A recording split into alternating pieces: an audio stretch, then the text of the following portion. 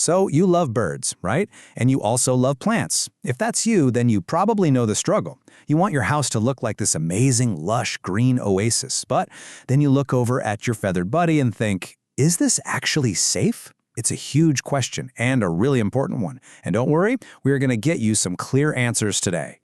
So here's the big question we're tackling today. Can you actually have both?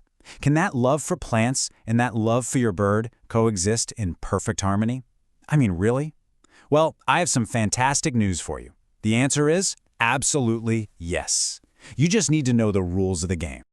Okay, so here's how we're going to break it all down. First, we'll get into the whole plant and bird dilemma. Then, we'll put on our bird thinking caps. After that, the fun part, your bird's safe garden. We'll also cover the absolute no-go plants. And finally, we'll wrap it up by creating a perfect, safe sanctuary.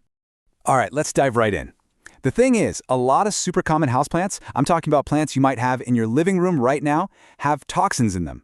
Now, for a human or a bigger pet, it might not be a big deal. But for a bird, it's a whole different story.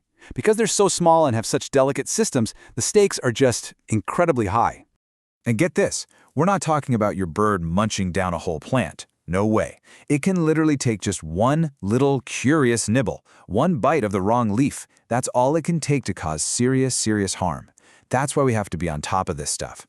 Okay, so to really get this right, we need to do a little perspective shift. We gotta stop thinking like humans and start thinking like a bird. Imagine for a second you're a bird.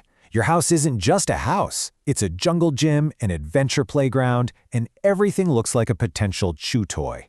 And, there's a reason for that. As this quote from a major avian medicine book points out, parrots, and that includes everything from macaws to budgies, they have this natural instinct to chew on, well, pretty much everything. Their beak is how they explore the world. It's their hands, their mouth. It's how they figure stuff out. So if they see a plant, you bet they're going to want to check it out with their beak. So what makes them so fragile when it comes to this stuff? Well, a few key things. For one, their respiratory systems are notoriously sensitive. We'll touch on that more later. Then there's their size. They're tiny. So even a small amount of a toxin is way more concentrated in their little bodies. We already talked about how they use their beaks for everything. And to top it all off, they have these lightning-fast metabolisms, which means any bad stuff they do ingest gets absorbed into their system, like immediately. Okay, enough of the scary stuff. Let's get to the good news. This is the part I know you've been waiting for. We've talked about the dangers, now let's talk about the solutions. We're going to go through a whole bunch of gorgeous green friends that are widely considered safe for your feathered roommate. Let's build your bird-safe garden. Seriously, look at these great options. You've got classics like the spider plant, so easy to care for, and the beautiful Boston fern. Want that tropical feel? Go for an areca palm or a bamboo palm. If you're hoping for a pop of color, African violets are totally safe and gorgeous. And hey, what about some useful plants? Most of your kitchen herbs, think basil, mint, rosemary, are good to go. Even roses are okay, but, and this is a big but, only if you know for sure they haven't been sprayed with pesticides. Okay, can we just pause here for a second? Because this is, without a doubt, the single most important thing I'm going to say. This list is a great starting point, but it's not the final word. Online lists can sometimes disagree, right? So, your number one gold standard source of truth should always be your avian vet. Please, when in doubt, just give them a call. All right, we've got our green light list. Now it's time to talk about the red light list, the absolute no-goes. And this is critical because some of the most popular, most common houseplants out there are unfortunately some of the most dangerous for our birds. Wow, okay. This right here really paints a picture, doesn't it? On one side, you have the trusty spider plant. It's tough, it's safe, it's a great choice. But on the other side, you have pothos, also called devil's ivy.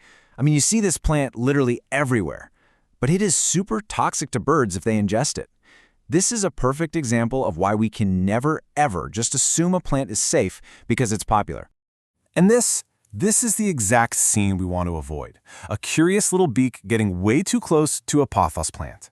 It's such a powerful reminder that natural does not automatically mean safe. You got to remember, a lot of plants out there have developed some pretty serious chemical defenses to avoid being eaten. So let's make this really clear. Here are some of the top offenders to keep far, far away. Philodendrons and Dieffenbachia, definitely not. Lilies of pretty much any kind, big no. Sago palms are an absolute nightmare. every part of them is toxic. And what about avocado plants? The leaves, the pit, the fruit, all of it contains persin, which is a straight-up cardiac toxin for birds. And don't be fooled by the name heavenly bamboo. The Nandina shrub has berries that can be deadly. These plants have no place in a home with a free-flying bird. Okay, so you've done your homework, you've got your list of safe plants, you're feeling good. That's fantastic. But hold on, we're not quite done yet. Creating a truly safe sanctuary is about more than just the plant's leaves. We have to think about the whole package, the pot, the soil, and even the air around it. I want you to think about this for a second. That brand new plant you just bought from the store, could it have pesticide residue on it? What's in the soil? Could there be chemical fertilizers in there? You know, those little pellets that can look an awful lot like a tasty seed to a bird? And it goes beyond just what they can eat. Sometimes the most dangerous threats are the ones they breathe in. And that brings us to something that isn't even about plants, but it's so important for bird owners to know about. It's a chemical called PTFE. You know it as the coating on nonstick pans. Here's the scary part. When that stuff overheats, it releases fumes. We can't smell them, we can't see them. But for a bird, those fumes are often fatal. Their respiratory system is like a super efficient air pump, and it just sucks those toxins right in. It's a massive, massive hidden danger in many homes. Okay, let's put it all together into a simple 4-step safety plan you can start using today. Ready? Number 1, position wisely. Hang those plants up high or use wall planters. Get them out of beak range. Number 2, go organic. Always use organic potting soil to avoid weird chemicals. Number 3, I love this tip. Cover the top of the soil with big, smooth river stones. It looks nice, and it stops your bird from digging around in the dirt. And number 4, the golden rule. Always supervise. Nothing, and I mean nothing, replaces keeping a watchful eye on your buddy during playtime. And there you have it. You are now officially equipped to create a home that's not just beautiful and green, but one that's a true safe haven for your bird. You're not just adding plants, you're adding enrichment and joy to their life safely. So now that you've mastered the art of the bird-safe garden, what's next? What amazing thing will you do to enrich your bird's world tomorrow?